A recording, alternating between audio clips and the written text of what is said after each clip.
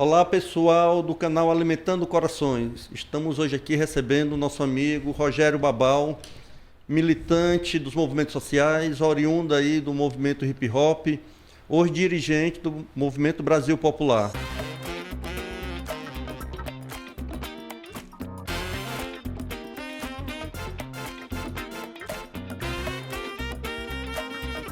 Te agradeço muito, meu camarada. Eu conheço o Babal há mais de 15 anos. Vamos dizer a idade não, Babal, senão o povo vai perguntar. É verdade. A gente não vai conseguir mais dialogar com a juventude, né?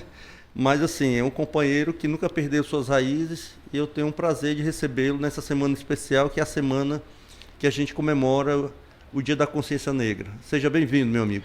Ô, irmão, eu que te agradeço demais aqui o Aglails e o boa tarde aí a todos os ouvintes do canal Alimentando Corações, parabenizar pela iniciativa e espero que esse canal seja bombado, porque precisamos de canais desse tipo na disputa das ideias, né? Na disputa desse protagonismo que é tão fundamental para nós, que é a luta de ideias mesmo.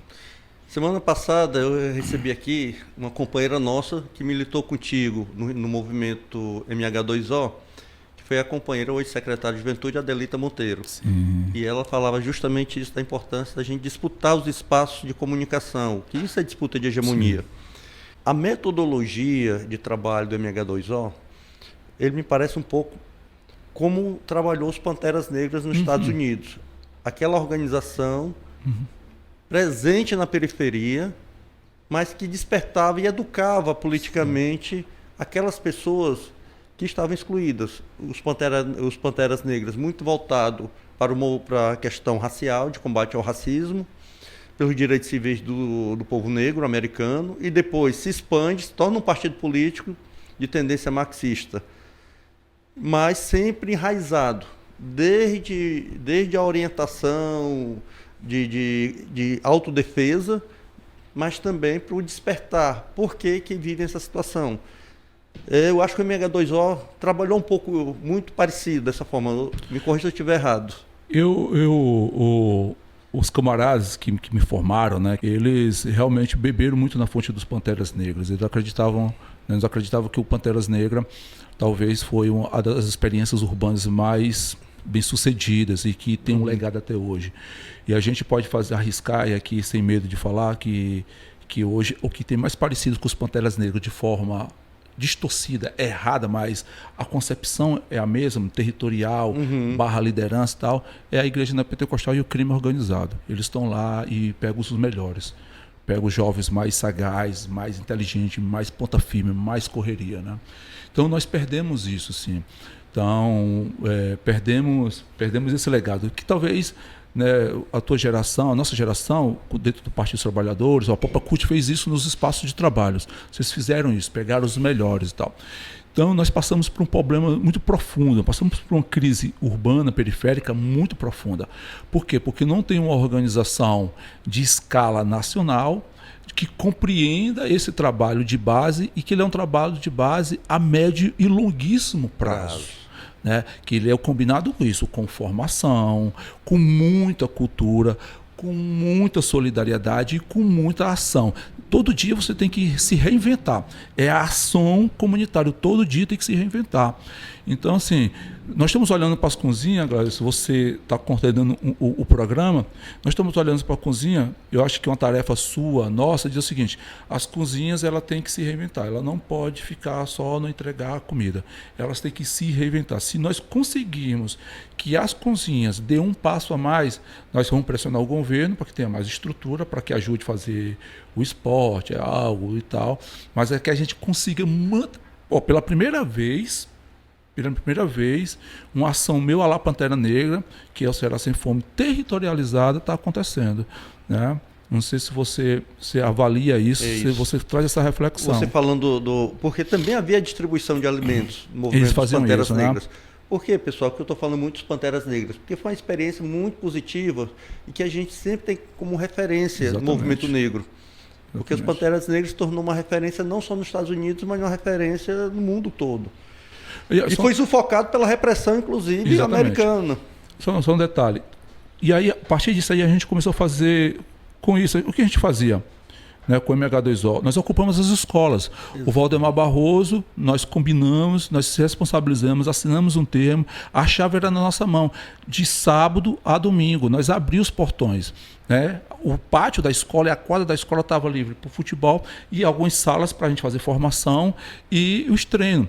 E a gente construiu um calendário de fazer atividades culturais dentro do bairro, né? O bairro ele é dividido territorialmente e nós fazíamos aquilo. Ou seja, tu tinha movimentação e tu tinha ação política todos os dias. Hoje a gente olha para os movimentos de juventude, para os movimentos culturais e a gente fica olhando, porra, mano, vocês não fazem mais nada, mano. Vocês não fazem.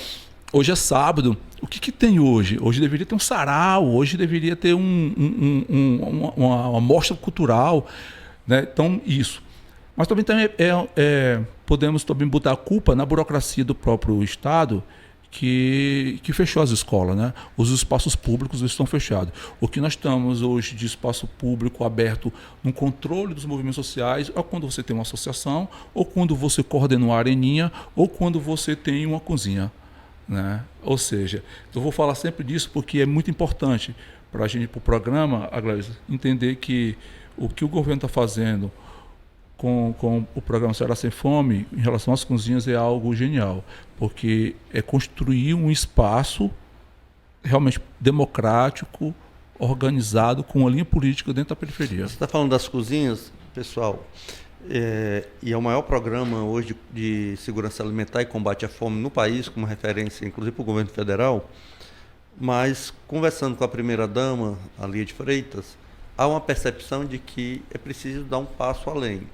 Esse passo além, acho que você já deu mais ou menos alguns sinais de sair da situação apenas de distribuição de alimentos, mas também espaço de cidadania. Perfeito. Quando a gente fala em cidadania, a gente está falando na perspectiva, inclusive, básica.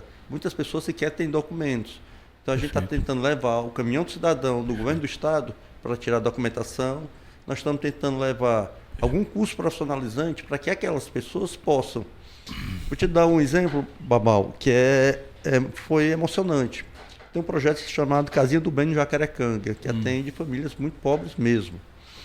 E lá a gente encerrou semana passada no curso de gastronomia, massas e doces. Antes do encerramento, mais ou menos um mês atrás, eu estive lá. E as pessoas falavam emocionadas que já estão ganhando dinheiro. Cara, eles pegaram um serviço para a Universidade Federal do Ceará, que elas forneceram toda a alimentação do doce, salgados e tal. E a emoção da pessoa de que já estou ganhando meu primeiro dinheiro por conta disso. Então tem que ser uma ação casada. Mas eu te perguntar uma coisa agora sobre o Movimento Brasil Popular. O que é o Movimento Brasil Popular, como ele surge e como o Movimento Brasil Popular pode contribuir para que a gente possa fazer a disputa de hegemonia na sociedade. Sim. Porque o que a gente faz é a disputa de hegemonia. Levar a cidadania para as pessoas, despertar a consciência das pessoas e organizar as pessoas e melhorar a vida das pessoas. Aí eu queria te ouvir sobre a importância do Movimento Brasil Popular. Sim. O Movimento Brasil Popular, ele, né, é um movimento novo, mas ele tem porque ele sai de uma ruptura, né? 2 anos atrás, e porque ele muda o seu caráter, ele muda o caráter do movimento. Antigamente nós éramos uma organização de quadro, meio que partido, né? Pensava, formulava, dava a linha política para os movimentos sociais e tudo. E esse partido ele era constituído pelo esse campo popular, pelo MST, pela Via Campesina. Então, mas era uma organização muito intelectualizada, né? Muito burocrática, muito fechada e tudo. E para você entrar nessa organização era um tempo. Hoje o Movimento Brasil Popular ele mudou seu caráter. Ele é um movimento de massas, né? Ele quer se constituir como um movimento de massa com estrutura de quadro. Opa, mantém aquilo, porque a gente quer os melhores de todo o movimento, para pensar, para formular, os disciplinados, etc. Né? E o interessante, e uma contribuição boa, né, nós estamos aí com basicamente 2 anos de uma mudança de caráter, né, que a gente faz uma plenária chamada Luiz Gama, e com 600 lutadores do Brasil todo, ali em São Paulo, em Minas Gerais. E lá sai uma linha política muito importante. A gente vamos constituir um movimento de massa que cabe à minha mãe. né? Cabe minha mãe. Que é isso, essa também esse ideal do Pantera Negra, né? E a partir dessa Assembleia, a gente reivindica o legado de Luiz Gama. Nós estamos dizendo que nós temos que ter uma nova abolição.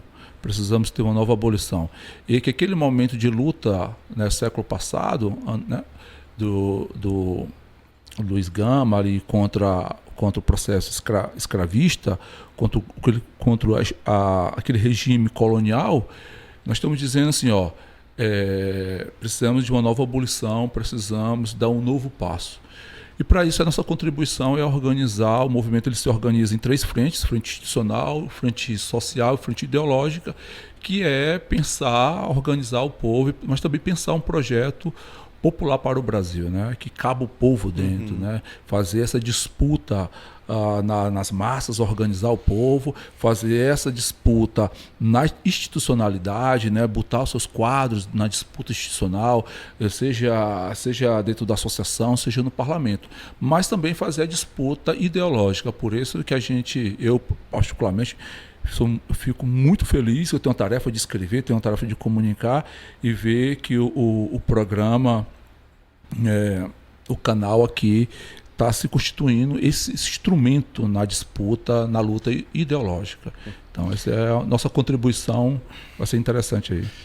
Você colocou uma questão dentro do projeto do Brasil Popular, no Movimento Brasil Popular, do programa. Um programa que pensa o país. E não tem como pensar o país você não incluir quem foi marginalizado a vida toda, principalmente o povo negro desse país. Sim. Injustiçado, que foi retirado da sua terra de origem, foram trazidos aqui para serem escravizados e que depois foram colocados à margem da sociedade, sem oportunidade de trabalho. E hoje a gente continua ainda com a dívida histórica. Você tem algumas políticas afirmativas, como cotas na universidade, aumentou a participação da juventude negra na universidade, Sim. Tudo isso. Mas temos uma dívida muito grande ainda. O que fazer para a gente poder avançar, meu camarada? Cara, o Brasil, acho que um passo muito importante, acho que as cotas é um passo muito importante, né? Mas a afirmação de que o Brasil hoje tem 56% da sua população ela é preta, né? Ela é negra, essa mistura dos pretos com pardo, isso mostra que o Brasil, né, é um país negro, mas ele tem que avançar também, porque a gente não se vê, né? A gente não se vê no parlamento, Exato. A gente não se vê. Esse é um grande problema, né? E um dos grandes debates que a gente coloca quando vai para a pauta racial do debate é como implementar o Estatuto da Igualdade Racial, sabe, Aglailson? Assim, faz 12 anos que o Estatuto está em curso, mas o Estatuto já virou um Frankenstein, porque já foi mexido de todas as formas. E toda vida que ele é pautado, ele é colocado em emendas, projeto de lei, ele é pauta do debate no Parlamento Federal e ele sai sempre distorcido. Mas assim, avançou. Não é à toa que você viu, se acompanhou bem o debate das cotas. Pô, foi votado, foi debate. Debate. Isso demonstra que precisamos refundar esse país, né? Que esse país é um país realmente muito racista. É um país, né, com fortes raízes ainda colonial, é um país que sua burguesia, ela é uma burguesia, além de ser uma burguesia entreguista, antipovo, né, eles são patriotas, mas eles são antipovo, né? São antipovo. E que se perpetuam dentro dessa estrutura, né, racista. É um sistema racista. Então, quando a gente vai fazer uma pesquisa, vai olhar, parte da burguesia, nossa, as principais elites da burguesia, principalmente a paulistana, todos foram donos de escravo, né? Esses caras não são ricos à toa, então são todos donos de escravo. Então se precisamos, a polícia tem essa mentalidade escravista, né? Então, quando eles pensam a polícia, a gente vai estudar a história da Polícia Nacional, eles vão dizer o seguinte: queremos uma polícia que seja o terror dos negros e que nos proteja. E você aprofunda mais o debate, você vai ver que a polícia ela é parida a partir ali da concepção do capitão do mato, né? Exatamente. Então você tem uma polícia, Exato. a mentalidade da polícia ainda escravista, muito racista. E aí eu finalizo esse ponto para ti, dizendo o seguinte, que precisamos desse letramento, né? Como é que a gente vai mudar essa nova geração se a lei, que acho que você já viu falar, você já debateu com muita gente sobre isso, que a lei 10.339, ela não é implementada, né? Como é que implementa essa lei? Para implementar essa lei, né, já passou 10 anos do estatuto, mas como é que implementar essa lei se os professores não estão preparados, se a grade curricular não funciona, se precisa ter um grande preparamento, porque a lei é votada para ensino fundamental, né, médio e sistema privado. Porque só aí nós vamos ter gente capacitada, eu, você, sabendo da história da África, da história indígena, para poder dizer para esse cara, ó, irmão, calma aqui, que esse país nós temos 523 anos, 320, né, 320 de colônia e 380 de escravidão. Então, assim, calma aí. Você colocou uma questão da tradição da polícia militar aqui no Brasil, principalmente. Saíram uns dados semana passada, já por conta dessa semana, da Semana da Consciência Negra, de que 80% das mortes por intervenção policial são contra os negros. A maioria dos encarcerados no sistema prisional brasileiro são negros. O ministro Flávio Dino esteve aqui semana passada, inclusive para investimentos em equipamentos. Teve também o ministro dos Direitos Humanos e Cidadania, o Silvio Almeida, ele colocou alguns investimentos aqui no Ceará, inclusive para melhorar os centros de reabilitação. Então isso é uma política importante. Você ter os centros de reabilitação, e o governador Eumano, passar para vocês, anunciou nesse mesmo evento com o Silvio Almeida que vai fazer concurso para educadores sociais. Então, é uma política muito importante. Aí sim. São mais de 1.000 pessoas que vão ser selecionadas através de concurso para poder, nos novos centros de reabilitação, você ter pessoas qualificadas que possam fazer o atendimento. E é uma política muito importante esse de centro de reabilitação. Ele não pode ser um presídio. O nome já está dizendo, é para reabilitar a pessoa, dar as condições para que esse jovem que vai ser atendido pelo centro de reabilitação possa voltar para a sociedade e ter sua vida digna como cidadão. Então, são políticas como essa, feitas tanto pelo governo federal como governo do estado, que a gente vai estar melhorando, dando melhores condições para essa juventude da periferia. Por falar em periferia, você colocou alguns elementos, até você disse que brincar, o que é que vocês estão fazendo aí para organizar o povo? Que você colocou uma situação de que hoje você é disputado ou pelas igrejas, né, pentecostais, ou você tem um crime organizado muito forte.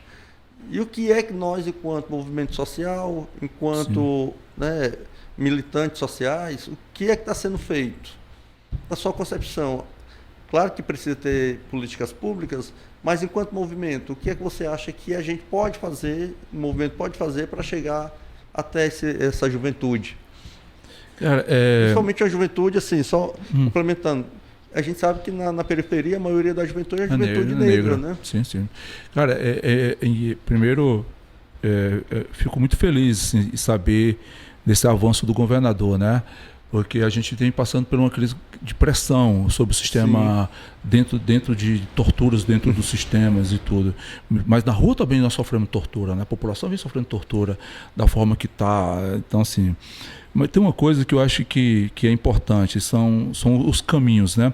Primeiro caminho o governador está fazendo dentro. Eu acho que tem uma outra coisa que a gente deveria fazer, que vai mudar muito e vai ajudar muito essa questão da violência e construir uma nova cultura de paz.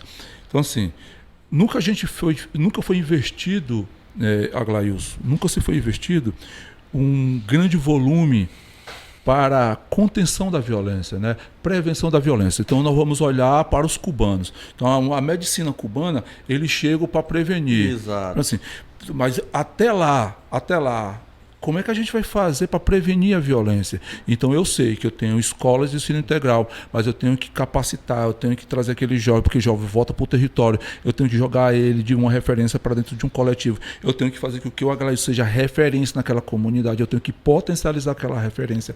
Então como é que a gente faz isso? Então a gente acha que eu falei uma vez para o antigo secretário, o André, que eu dizia assim para eles assim, cara, vocês fizeram algo interessante, vocês fizeram um grande investimento na segurança pública, concursos públicos, que eu acho que um soldado, ele no seu custo total é quase 10 mil, porque é fardamento, gasolina, alimentação, salário e tal. Um soldado, vocês fizeram concurso para 5 mil policiais, então eu fico imaginando o peso dessa folha no Estado. Mas por que vocês não fizeram um concurso para 1.000 agentes de paz, agentes de cultura, com tarefas com salário mínimo? Então, a paz que vocês dizem que é de vocês também é a nossa paz. E nós construímos essa paz. Então, eu acho que, dentro dessa pegada que você está colocando, um dos nossos desafios é fazer com que o Estado e a sociedade civil ela se una, né, com uma tecnologia social, com investimento, mas com o investimento de um concurso, para que tenha na ponta agentes de paz, né, agentes culturais, agentes de cidadania, seja que o nome que for chamar, mas voltado aí para uma prevenção da violência, né? Prevenção da violência, que eu acho que é um caminho, eu acho que é por aí. Voltando para continuando esse debate sobre a questão da violência, porque é o seguinte, quem paga o pato, o maior penalizado é a juventude da periferia das grandes cidades, né? E você vê isso nos números, tanto de jovens mortos, entre eles, devido à guerra, Sim. guerra nos territórios, uma juventude se matando, e você muitas vezes, você vinha no avanço de políticas públicas durante o governo do PT, Lula, Dilma, depois do golpe e com a eleição do Bolsonaro, você tem todo um retrocesso. Inclusive, você tem um retrocesso na política de promoção racial. Setores algumas polícias se acharam no direito de atirar e depois investigar. Então, aumentou essa violência por conta que os militares se sentiram mais, vamos chamar assim, mais à vontade. Sim. E hoje você tem um recomeço. Você tem um recomeço do governo Lula. O ministro Flávio Dino, ele deu um exemplo, aliás, uma prestação de contas importante, que foi o seguinte, Babal. Todo mundo canaliza as suas energias, estou falando todo mundo, todo governo do estilo Bolsonaro, para a repressão nos territórios mais pobres, vitimando o povo mais pobre das grandes cidades. O governo está canalizando um processo de combate ao narcotráfico lá onde, na origem. Tem uma música dos Racionais que diz que não conheci a letra eu não conheci com dono de barco, dono de avião, né? Quem é dono de barco e avião é elite, né? Então como é que chega isso até a periferia para ser comercializado? Alguém entra com esse negócio aqui nas fronteiras. Então estão fortalecendo através do GLO a fiscalização nos portos, a fiscalização na fronteira, vendo todo o trâmite da movimentação financeira, para que se tenha o controle, a intimidação já na origem, para que não seja feito só a repressão na periferia. Exato. Então foram arrecadados bilhões, não sei exatamente o número aqui, mas bilhões por conta dessa fiscalização. Mansões, apartamentos de luxo, propriedade de iates, etc. Então, há uma nova orientação do governo para que esse combate não seja feito na periferia, porque esses jovens, eles também são vítimas, são penalizados. Então tem que ver a origem. Então é importante que nesse momento, o movimento social também possa somar força com o governo para que, se você esvazia a periferia de ser alimentada com armas, ser alimentada com um produto que vai ser comercializado, você vai ter o Estado agindo para que possa essas pessoas terem oportunidades.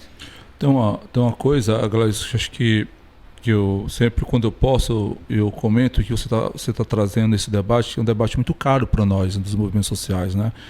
É uma pauta muito sensível, inclusive para mim, porque a gente é sobrevivente do processo, né? Tem um elemento que para a gente entender, né? O crime, que tem uma mudança na concepção do governo. O governo, assim, eu não posso mais combater o crime no método dos anos 80, dos anos 90, com repressão. O crime se sofisticou, o crime evoluiu. Eu tenho que ir para outros modos. O crime é internacional, o crime virou cartel, né? Então, estou falando do crime nacional, estou falando do nosso Estado, crime de forma geral. Exato. Então, assim, o governo inteligentemente está entendendo o processo. Exatamente. Então, assim, e nós, dos movimentos sociais, que está na ponta, tem que compreender duas coisas. Assim. Existe uma disputa ideológica muito forte, né? Na concepção, no conceito. No conceito. O governo também tem que entender isso. Eu acho que é papel do canal, papel seu, agora esse papel meu, de a gente conversar com os ministros, com os secretários e dizer o seguinte, como é que a gente muda essa concepção? Como é que a gente propagandeia e fortalece essa concepção? Existe uma concepção do punitivismo penal que o bolsonarismo capturou, puniu. Qual é a concepção do punitivismo penal? Prende, prisão perpétua, perdemos o debate ideológico da maioridade penal e os mais radicais, pena de morte, privatização do sistema carcerário. Olha a pauta do punitivismo penal, ela está em curso. Nós perdemos a maioridade penal, nós estamos perdendo o debate do sistema público ser privatizado, ou seja, você, o preto da favela vai virar mercadoria. Vai virar mercadoria. Os caras vão ganhar adicionais para prender, como os Estados Unidos né? 2 milhões, 4 milhões de gente preta presa. Então, é um mercado. Ou seja, e os mais radicais, eles querem pena de morte. Pena de morte onde um judiciário ele é branco, ele é elitizado, ele é uma castra. Né, ele é fora do contexto. Então, esse conceito do debate do punitivismo penal, nós temos que entendermos isso, temos que combater. Mas qual é o antídoto para isso, velho? O debate de segurança a partir do conceito de direitos humanos. Aqui é o debate. Aqui é o debate. A Constituição não me garante moradia, não me garante trabalho, não me garante isso, mesmo tendo constituído. Então, eu trazer o debate da segurança pública, né, do sistema carcerário, toda essa pauta racial para dentro do conceito de direitos humanos, a gente começa a avançar. Isso. Veja, ninguém debate mais isso. Nós perdemos essa pauta, nós perdemos esse debate porque... Estamos recuperando terreno perdido. Exatamente. Né? Então nós chegamos a 50 mil mortos todos os anos, nós no Ceará chegamos a 5 mil mortos, 4 mil, 3 mil mortos. É muita gente. E tu vai olhar o perfil de gente pobre, preta e da periferia. Né? É os nossos. Se constituiu na periferia uma moda de chacina, né? Chacina no interior. Essa violência, ela interioriza e eu finalizo dizendo o seguinte, assim, e quando a gente vai debater, às vezes, com a intelectualidade, com a academia, a própria esquerda, parece que a esquerda ainda não conseguiu entender. Às vezes quer romantizar demais o crime. Exato. E, né, romantiza. Pronto, não há nada de romântico. Romantiza o crime. O crime é capitalista. E às vezes romantiza até a favela. Favela é a ausência de política pública. Nós temos que fazer, acabar com a favela no sentido de levar políticas e urbanizar esses espaços. Não há romantismo. E esse romantizar, ela é uma armadilha, porque ela consegue perpetuar esse racismo estrutural, que a favela continua sendo mais favela, mais pobre e tal e tal. Então, veja, assim, finalizo, porque eu acho que é importante esse ponto, se me permita. Né? Me permita. Então, uma parte da esquerda, algumas pessoas da esquerda, se generalizar, ela romantiza isso. Ao mesmo tempo que a gente está dizendo assim, tudo bem, vocês estão querendo romantizar, mas nós estamos dizendo que o crime é capitalista. O crime ele não é ideológico, mas ao mesmo tempo eu também estou te dizendo assim, Mas eu concordo que aquele preto, jovem preto da favela, pobre, recrutado pelo crime, é gente da gente. São os meus. Eles são os meus. Então, se a favela, o sistema carcerário, a periferia, eles se tornaram uma fábrica de monstros, eu também sou ocupado por promover essa fábrica. Então, eu tenho que entender, eu não posso romantizar, mas eu não posso romantizar, mas eu também não posso ignorar. É delicado o processo. Hoje, nessa segunda-feira que nós estamos gravando, Babal, o governador Eumano entregou a segunda etapa do CISP, que é o Centro Integrado de Segurança Pública, que lá vai estar reunido todo o sistema de segurança pública do estado do Ceará. E na ocasião estava o secretário nacional de Segurança Pública, Tadeu, não lembro aqui o sobrenome.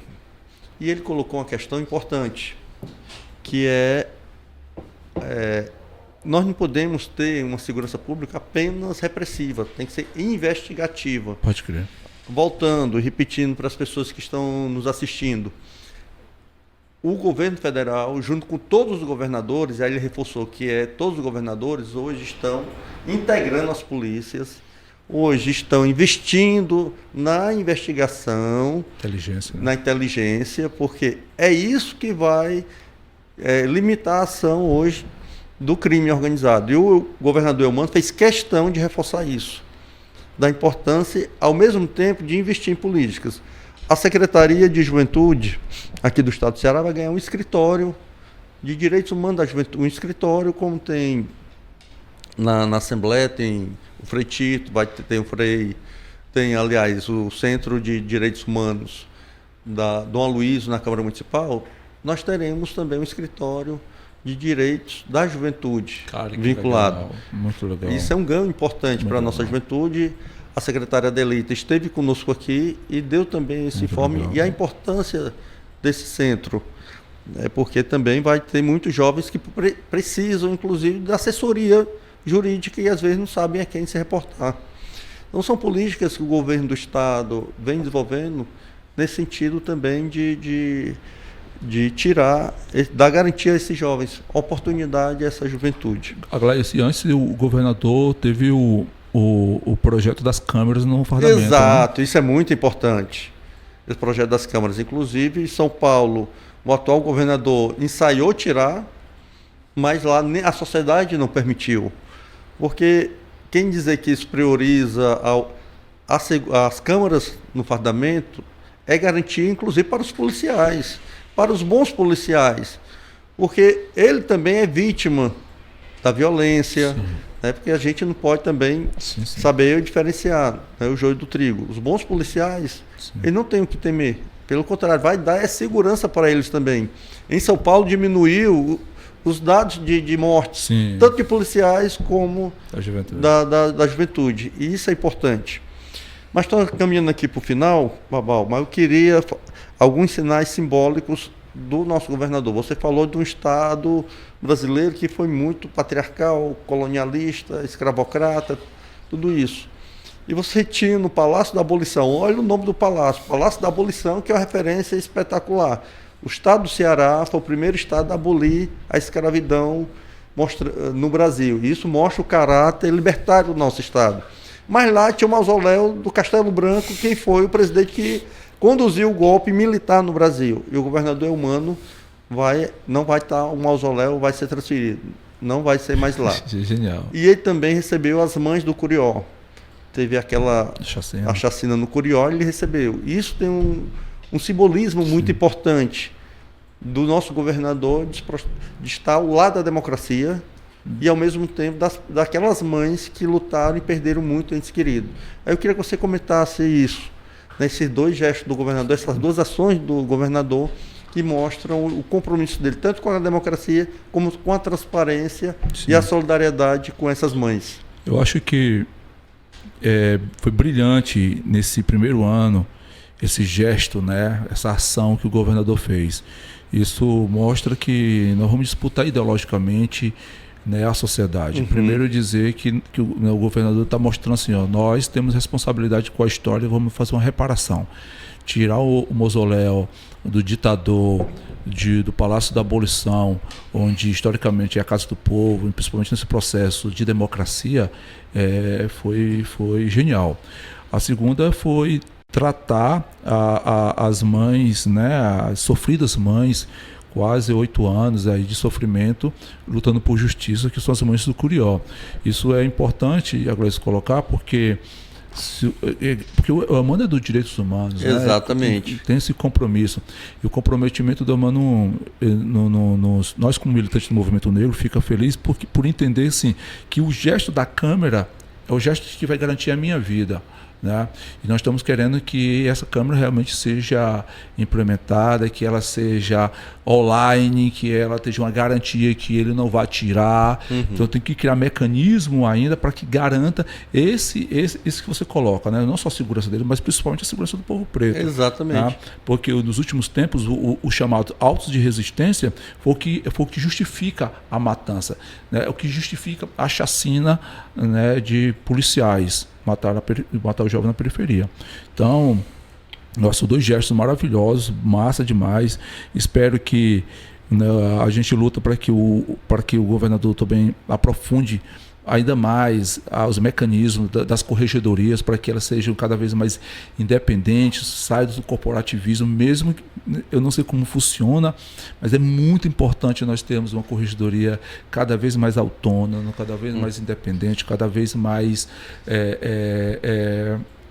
pautada na concepção de segurança dos direitos humanos, não nessa concepção do punitivismo, porque quando a gente vai ver, parte das corregedorias, elas estão policiais e muitas vezes as pessoas não vão denunciar um mal policial ou com medo de represália, com medo de ser assassinado.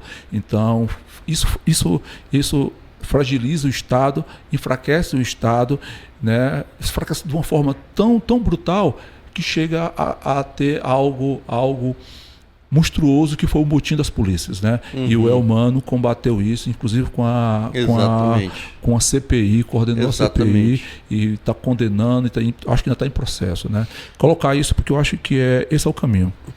Meu camarada, te agradecer enormemente por atender o nosso convite de estar aqui, dizer que é um prazer sempre, meu companheiro Babau, a gente ter esse bate-papo pelo carinho que eu tenho por você, pela amizade, como eu disse no início do nosso programa, eu conheço ele há mais de 15 anos, mas não vou dizer a idade não aqui, conheci o Babau ainda há mais de 20 anos, Babau, não é 15 não. O Babau cantando aí nos palcos, ao lado do Johnson, do Preto Zezé e de outros.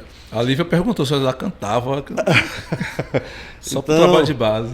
A Lívia é aqui, que fica aqui, pessoal, escondida aqui atrás das câmeras, junto com o Moisés e o David Lee ali, operando o som. Mas, muito obrigado. E eu queria finalizar pedindo você que nos assiste, que deixe seu like, que possa se inscrever no nosso canal Alimentando Corações. Mas eu peço a você, Babau, para deixar uma última mensagem. Qual é a mensagem que você deixa aí para o povo da periferia, para o nosso povo mais sofrido aí do nosso estado, da nossa cidade? Gleice, eu que agradeço demais. Você sabe que eu tenho um carinho, um respeito por você. A gente somos camaradas, somos irmãos e a gente vai lutar demais para que a gente melhore nossa capital, nossa periferia, para que exista uma fortaleza, né? Não existe 2 fortalezas, a fortaleza dos ricos e a fortaleza dos pobres. Não, nós vamos, se continuar, nós lutaremos, nós estaremos estaremos dentro da periferia dos pobres, tentando deixar ela cada vez melhor para o nosso povo, fazendo a periferia um bom lugar, né? Como diz o Sabotagem. Deixa um recado para nós, para a juventude, para o nosso povo, que se organize, procure os movimentos, acredite no nosso governo, né? São tempos difíceis, são tempos ruins, nós estamos saindo de um abismo, de um negacionismo, né? de uma situação muito complexa que o governo passado nos deixou. E que hoje o nosso governador está pegando e está fazendo algo bom para o nosso povo. Mas para a periferia, acreditar no movimento, acreditar na gente, nos procure e que dias melhores virão, pode acreditar. Valeu, um abraço pessoal, até a próxima.